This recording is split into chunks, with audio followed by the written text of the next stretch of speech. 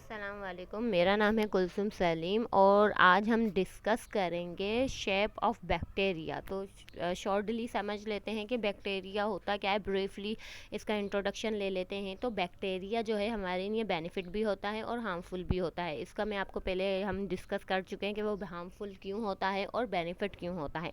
Prokaryotic होते हैं, means that nuclear जो होता है इनका वो बाउंडेड नहीं होता, मेम्ब्रेन बाउंडेड नहीं होता इनके पास न्यूक्लियर।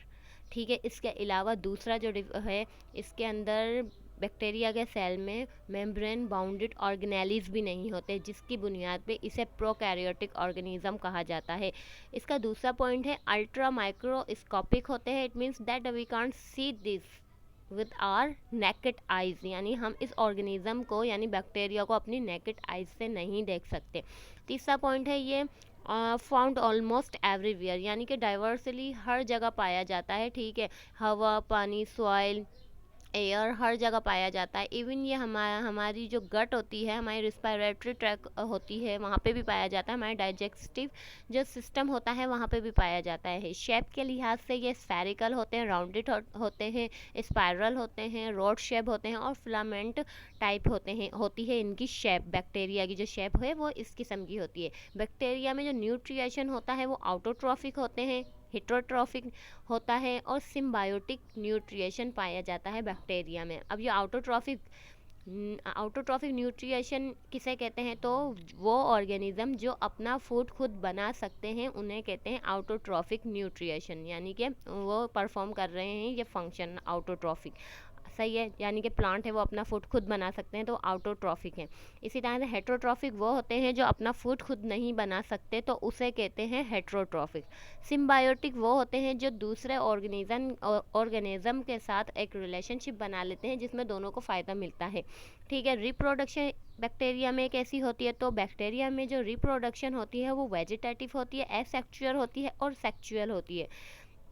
ठीक है, इसके अलावा इनका नेचर कैसा होता है बैक्टीरिया का, तो ये बैक्टीरिया का नेचर होता है पैथोजेनिक इन नेचर, यानी प्लांट और एनिमल्स में ये डिजीज काज करते हैं। इसके अलावा बैक्टीरिया स्टैनिंग बेसिस पर देखा जाए तो gram positive and gram negative bacteria होते हैं। ये एक अलग टॉपिक है, ये मैं अलग से वीडियो में डिस्कस करूँगी। इसके अलावा जो फिजियोलॉजी है बैक्टीरिया की, उसमें क्लोरोफाइल बैक्टीरिया में मौजूद होता है। रियल क्लोरोफाइल नहीं होता लेकिन क्लोरोफाइल जैसे पिगमेंट मौजूद होते हैं जिसके ज़रिए ये फोटोसिंथेसिस कर सकते हैं और अपना फूड खुद बना सकते हैं। कुछ बैक्टीरिया और ऑटोट्रॉफिक बैक्टीरिया कहलाएंगे। वो बैक्टीरिया जो अपना फूड खुद बना लेंगे वो ऑटोट्रॉफिक बैक्टीरिया कहलाएंगे। ठीक है, अच्छा ये ध्यान रखना है कि क्लोरोफिल इनमें रियल नहीं होता लेकिन क्लोरोफिल टाइप के पिगमेंट इनमें मौजूद होते हैं। इनमें रिस्पायरेशन भी होती है। ठीक है, अच्छा type of bacteria on the basis of shape, अगर शेप की बुनियाद पर बैक्टीरिया देखें तो चार किस्म के होते हैं। कोकाई यानी राउंड शेप होते हैं, बेसिलाई यानी रोड शेप होते हैं, स्पायरलाई बोलें या स्पायरला, ए लगाते स्पायरला बोलें। ठीक है, विब्रियो यानी कि कोमा शेप होते हैं। इसके साथ इसकी पिक्चर भी, डायग्राम भी बनी हुई है कि कोकाई जो होंगे वो राउंडेड शेप होंगे यानी राउंड होंगे, बेसिलाई जो होंगे वो रोड शेप होंगे। ठीक है, और स्पायरला या स्पायरले जो होगा वो होगा इसकी शेप भी सामने बनी हुई है।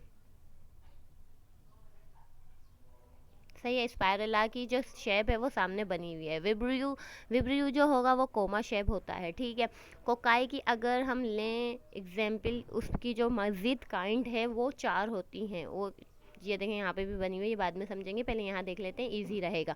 माइक्रोकोकस वो होता है जो सिर्फ एक ही पहले तो कोकाई क्या होता है, कोकाई वो होता है जो राउंडेड बैक्टीरिया की शेप होती है, वो कोकाई कहलाती है। एक होगा तो माइक्रोकोकस कहलाएगा।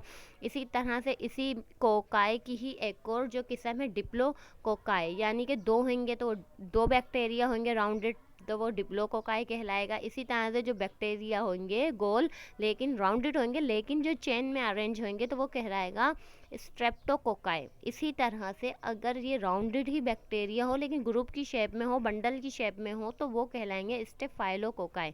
ठीक है, इसके अलावा यही राउंडेड बैक्टीरिया अगर चार की तादाद में हो तो टेट्राड बैक्टीरिया कहलाएंगे, टेट्राड कहलाएंगे लेकिन कोकाई यानी राउंडेड।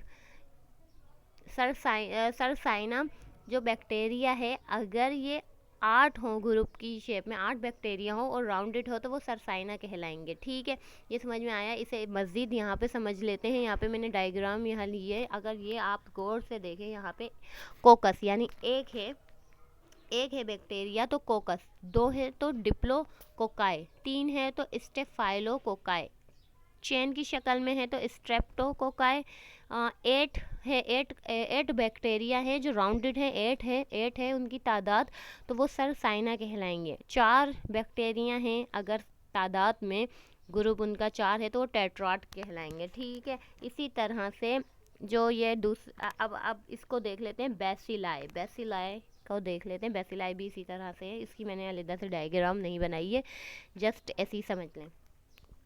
देखें, according to arrangement of bacteria they are following type, यानी इनकी भी किस्में हैं। जैसे बैसिलाई वो है बैक्टीरिया जो राउंडेड शेप होता है, इसी तरह से एक होगा तो वो माइक्रोबैसिलस कहलाएगा, 2 होंगे रोड शेप बैक्टीरिया तो डिप्लोबैसिलाई कहलाएगा।